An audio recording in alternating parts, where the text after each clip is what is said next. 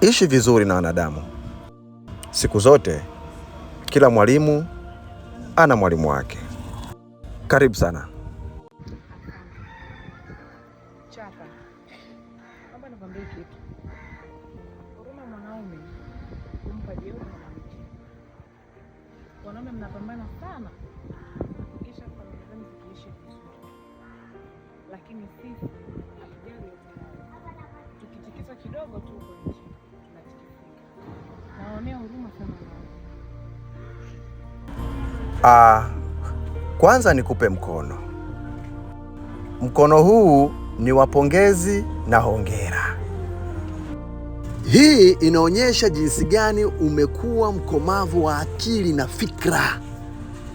Ni wanawake wachache sana ambao wanaweza wakakumbuka au kujua hayo ambayo wewe umeyatambua.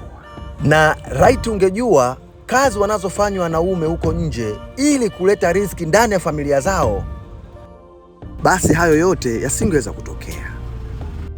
Tazama, atabeba zege ili kupeleka ghorofa ya 12. Atabeba tofali kupeleka ghorofa ya 7. Ili tu apate pesa ili aweze kuhudumia familia yake. Lakini hapo akirudi nyumbani anakutana na kero, maudhi, dharau na vituko vya ajabu. Hapo mwanaume hupandisha hasira na kufanya maamuzi asiyoyatarajia.